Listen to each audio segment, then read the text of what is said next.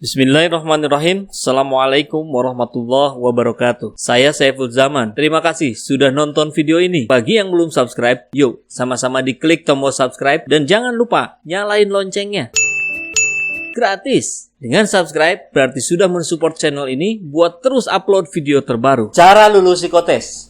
Membongkar 5 rahasia psikotes rekrutmen.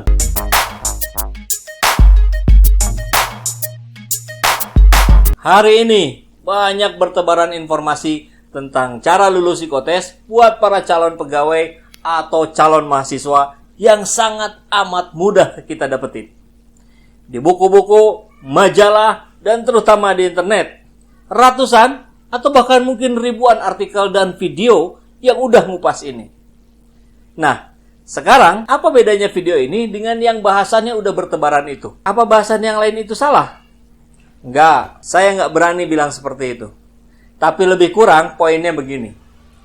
Saat kamu baca atau nonton panduan pengisian atau tip and trik mengerjakan psikotes, lihat dulu siapa yang nyampeinnya. Psikolog yang sangat paham soal itu kah? Atau sarjana psikologi yang aktivitasnya sering ngasih psikotes ke klien? Atau sekedar orang yang pernah ikutan tesnya? Atau malah sumbernya dari majalah atau artikel yang nggak diketahui juga siapa yang nulisnya. Itu lebih berbahaya lagi. Karena banyaknya perbedaan penjelasan tentang cara lulus psikotes, maka saya tergerak buat menyampaikan yang sebenarnya. Jadi di video ini, saya akan membongkar 5 rahasia psikotes rekrutmen yang jarang dibahas oleh siapapun. Ya iyalah ya, namanya juga rahasia. Jadi, buat kamu yang lagi ngelamar kerjaan, nyari kerjaan yang cocok, sampai dengan kamu yang gak habis pikir karena ngerasa selalu gagal di tahap psikotes, video ini akan menjawab semua kebingunganmu. Udah belasan tahun, saya dan teman-teman psikolog ngebantu perusahaan-perusahaan dalam melakukan proses psikotes. Dan belasan tahun itu pula, saya selalu dapat pertanyaan, "Pak, saya ingin lolos psikotes, apa Bapak bisa bantu?" "Pak, gimana caranya biar saya bisa lulus psikotes?" Atau ada yang lebih parah, "Pak, saya bisa nggak kursus psikotes di tempat Bapak?" Oke, langsung aja ya. Rahasia yang pertama, kamu harus paham dulu sudut pandang psikotes dari sisi pemberi kerja.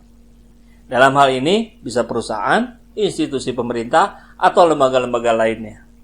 Pemberi kerja menyelenggarakan psikotes adalah sebagai upaya untuk mendapatkan pegawai yang cocok dengan kebutuhannya saat itu. The right man on the right place. Ingat nih, jadi belum tentu si pemberi kerja itu ngebutuhin pegawai yang IQ-nya paling tinggi, yang paling telaten, atau yang paling-paling lainnya. Tapi mencari yang paling sesuai dengan kebutuhannya saat itu. Contoh, untuk posisi sales, yang paling dibutuhkan adalah kemampuannya dalam berbicara, mempengaruhi orang lain, keramah tamahannya, dan sejenisnya. Bukan yang sangat jago dalam hal hitungan.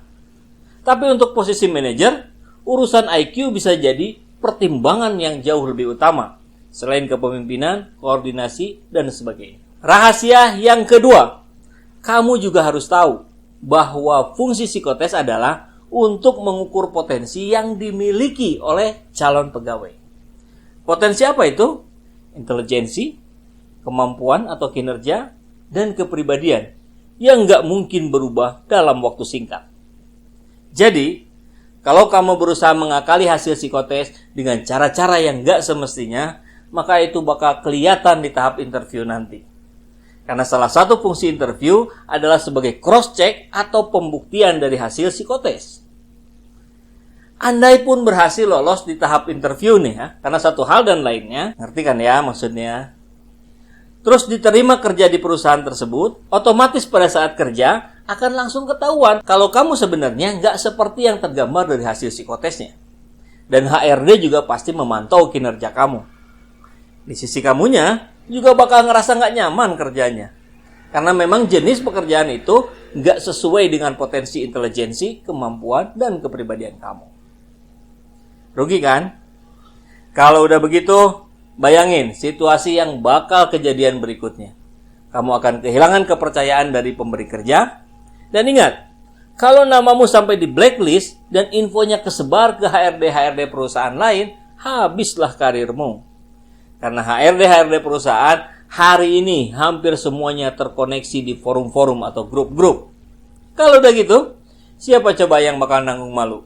Kamu sendirian kan? Malah ada tambahannya, orang tuamu, saudaramu, teman-temanmu, pada kebawa semuanya tuh. Maka rahasia yang ketiga, bahwa info tentang tips agar lulus psikotes, tutorial pengerjaan soal-soal psikotes yang banyak bertebaran di toko buku dan di internet, termasuk di YouTube ini, itu justru akan menyesatkan kamu dan gak akan jadi sebab kamu diterima kerja. Kok bisa ya? Ya, karena gak ada jaminan bahwa jenis soal yang kamu dapetin itu bakal sama dengan jenis soal yang kamu harus isi saat psikotes sebenarnya nanti. Karena siapapun nggak akan tahu alat tes mana yang akan dipakai. Sebagai info, bahwa alat tes pada psikotes itu ada banyak.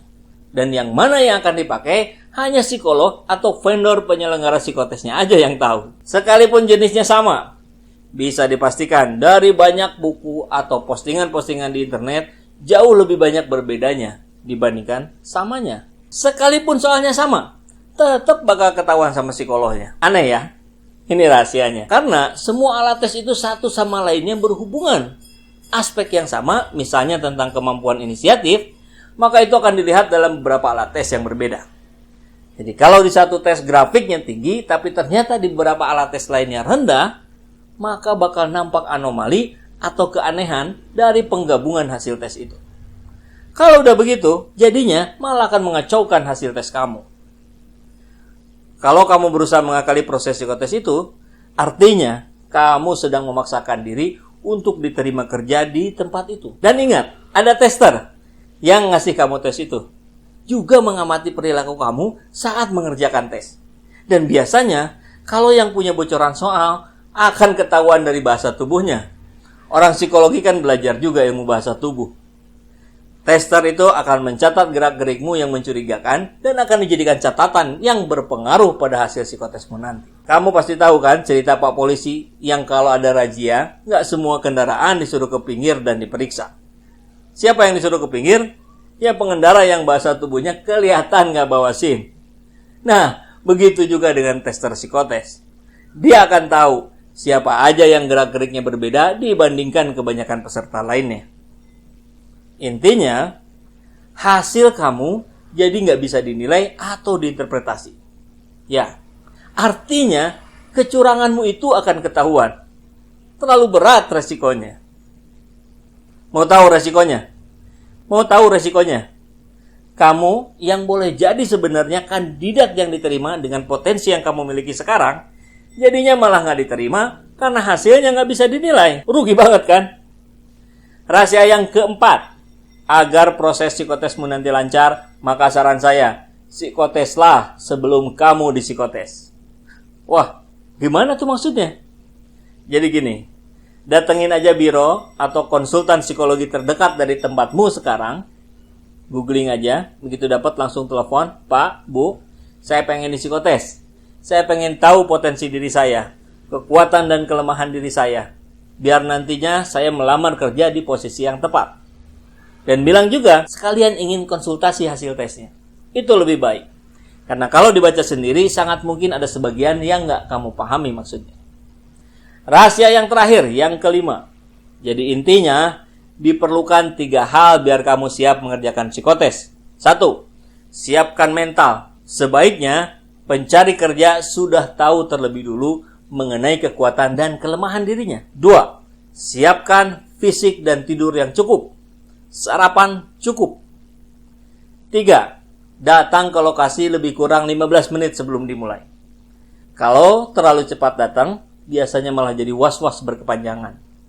Kalau terlambat, tentu jadi tergesa-gesa dan sulit buat fokus ngerjain soal itu.